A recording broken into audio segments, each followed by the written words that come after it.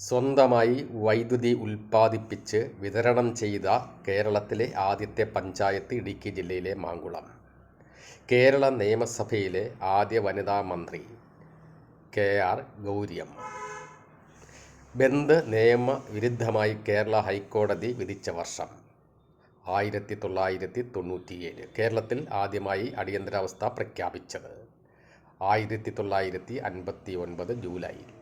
കേരളത്തിൽ വൈഡൂര്യം കുഴിച്ചെടുക്കുന്ന സ്ഥലം ഏത്? നെടുമങ്ങാട്. ബുക്കർ സമ്മാനം നേടിയ കേരളീയ വനിത അരുന്ധതി റോയ്. കേരള ചരിത്ര മ്യൂസിയം സ്ഥിതി ചെയ്യുന്നത് എവിടെ? ഇടപ്പള്ളി. കൊല്ലവർഷം ആരംഭിച്ചത് ആരുടെ കാലത്താണ്? രാജശേഖര വർമ്മ AD 825. കേരളത്തിലെ ഏറ്റവും പഴക്കമുള്ള നാണയം രാശിയാണ്. തിരുവിതാംകൂറിലെ ഏറ്റവും പഴക്കമുള്ള നാണയമായി അറിയപ്പെടുന്നത് കലിയുഗ